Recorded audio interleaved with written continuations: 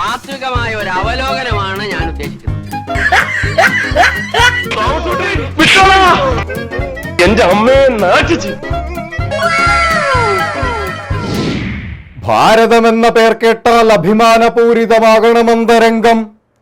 കേരളമെന്നു കേട്ടാലോ തിളക്കണം ചോര നമുക്കു ഞരമ്പുകളിൽ.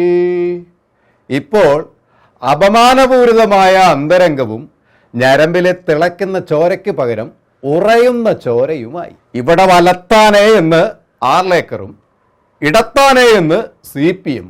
ഇതിലിപ്പോൾ ആരാ പാപ്പാനെന്നാ മനസ്സിലാവാത്തത്? ശിവൻകുട്ടിയോ ഗവർണറോ? കാതുകുത്തിയവൻ പോയപ്പോ കടുക്കനിട്ടവൻ വന്നു എന്നു മാത്രം. മുൻ ഗവർണർ ആരിഫ് മുഹമ്മദ് ഖാൻ സർക്കാരിനും CPM-നും ഒരു വടി എങ്ങനെ അങ്ങ് വെച്ചിട്ട് പോയപ്പോ ആ വടിയുടെ കൂടെ തോട്ടിയുമായാണ് ബഹുമാനപ്പെട്ട ആർലേക്കർ ഇങ്ങോട്ട് വന്നത്.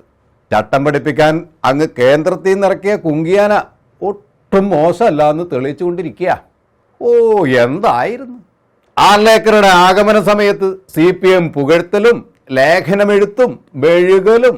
തനി സ്വരൂപം ഭാരതാംബയുടെ RSS രൂപത്തിൽ വരുമെന്ന് ആരും കരുതിയില്ല. ശിവൻകുട്ടി ആള് വെറുപ്പിക്കലാണെങ്കിലും നമ്മളെ K മുരളീധരൻ പറഞ്ഞതുപോലെ ദൃശ്യം അങ്ങോട്ട് ബോധിച്ചു എന്ന് കൂട്ടിക്കൊള്ളുക. ഇരിക്കട്ടെ ഒരു കുതിരപ്പവൻ. സംഘപരിവാർ മറ്റ് സംസ്ഥാനങ്ങളിൽ പരീക്ഷിച്ച് വിജയിച്ച വിചാരധാര ഇവിടെ കേരളത്തിൽ ഉണ്ടാക്കാൻ വന്നതാ. അത് ഒത്തില്ല. സുരേഷ് ഗോപിയുടെ ഒക്കെ പൃഷ്ഠം താങ്ങിയുള്ള പ്രസ്താവന കേട്ടാൽ മനസ്സിലാവും ചോരത്തിളപ്പിന്റെ രാജ്യസ്നേഹം. പണ്ട് ഒരു പഴഞ്ചൊല്ലുണ്ട്, പട്ടര് തീട്ടം തൊട്ട പോലെ എന്ന്. അതാണ് സുരേഷ് ഗോപിക്ക് പലപ്പോഴും പറ്റുന്നത്, ഈ പട്ടരുടെ അവസ്ഥ. അല്ല, ശരിക്കും ഈ അമ്മച്ചി എങ്ങനെ ഇവിടെ വന്നു? ലത് കണ്ടിട്ടുണ്ട്, ലത് അങ്ങനെ കണ്ടിട്ടില്ല. ലതിന് ഒരു മാതകത്വമൊക്കെ ഉണ്ട്. നാളെ ഇവര് പോൺ വീഡിയോ നായികയെ കാവി സാരിയും കാവി ത്രികോണക കൊടിയും കൊടുത്ത് എഴുന്നള്ളിച്ച് അമ്മേ ഭാരതാംബേ എന്ന് വിളിക്കണമെന്ന് പറഞ്ഞാ അതെവിടത്തെ നീതിശാസ്ത്രമാണ്? കഷ്ടം. മര്യാദ വേണ്ടേ? ഹലോ പ്രിയപ്പെട്ട ജി, ഇത് നിങ്ങളുടെ ഗുജറാത്തോ ബീഹാറോ ഒന്നും അല്ല കേട്ടോ, കേരളം. അല്ല, ഇത് ഫോട്ടോ പിന്നെ മാറിയോ? ഫോട്ടോ ഒക്കെ ഒന്ന് തന്നെ. ആ RSS കൊടിക്ക് പകരം ഇപ്പോൾ ദേശീയ പതാകയാണല്ലോ കയ്യിൽ. ഗവർണർജി തുനിഞ്ഞു തന്നെയാ. മുരളേട്ടാ, ഇത് ശരിയാണോ? ദേശീയതയെ അംഗീകരിക്കുന്ന ആളുകൾക്ക് ഇതിനെ അംഗീകരിക്കാൻ പറ്റും? കുമ്മൻജി, നിങ്ങൾ പറയും, ഇത് ശരിയാണോ? ഗവർണറുടെ പ്രവർത്തന കേന്ദ്രമാണ്.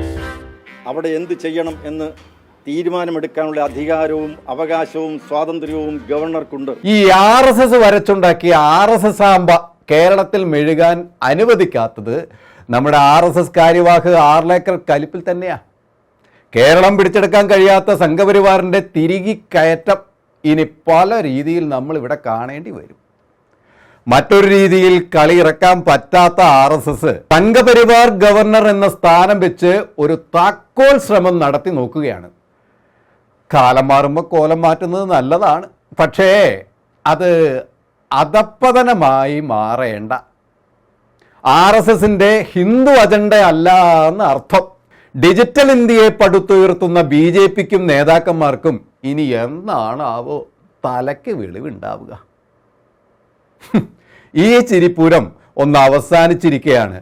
അടുത്ത ചാനൽ കോമഡി ഷോയുമായി മലയാളത്തിലെ ചാനലുകൾ വരുന്നത്. നിലമ്പൂരിലെ മത്സരഫലം വന്നുകൊണ്ടിരിക്കുമ്പോൾ ഇവിടുത്തെ ഒട്ടുമിക്ക ചാനലുകാരും ഭൂരിപക്ഷം നേടിയ UDF സ്ഥാനാർത്ഥിയെ കണ്ടില്ല. ഒരു മഹാൻ അൻവറിനെ UDFനൊപ്പം ചേർത്തില്ലെങ്കിൽ UDF നിലമ്പൂർ ഉപതെരഞ്ഞെടുപ്പിൽ തകർന്നടിയെന്നൊക്കെ പറഞ്ഞളഞ്ഞു. മറ്റൊരു മഹാനോ തൻ്റേതായ വിഴുപ്പ് ന്യായങ്ങൾ നിരത്തി മുതലാളിയുടെ പഴയ കേസ് പൊന്തിക്കാതിരിക്കാൻ CPM പുകഴ്ത്തലുകളുമായി അഴിഞ്ഞാടുന്നതും കണ്ടു. ഇതാ ഇപ്പൊ നിലമ്പൂരിൽ യഥാർത്ഥ ചിത്രം തെളിഞ്ഞപ്പോൾ ഇവരൊക്കെ ഇപ്പൊ കരച്ചിലിന്റെ വക്കത്ത ഗദ്ഗത ഒതുക്കി ഇപ്പൊ കഴിയുകയാണ്. കൂടുതൽ വാർത്തകൾക്കും വിശേഷങ്ങൾക്കും ഞങ്ങളുടെ channel like, share and subscribe ചെയ്യുക. കൂടാതെ സബ്സ്ക്രൈബ് ബട്ടണിലെ ബെല്ലൈക്കൺ എനേബിൾ ചെയ്യാനും മറക്കരുത്.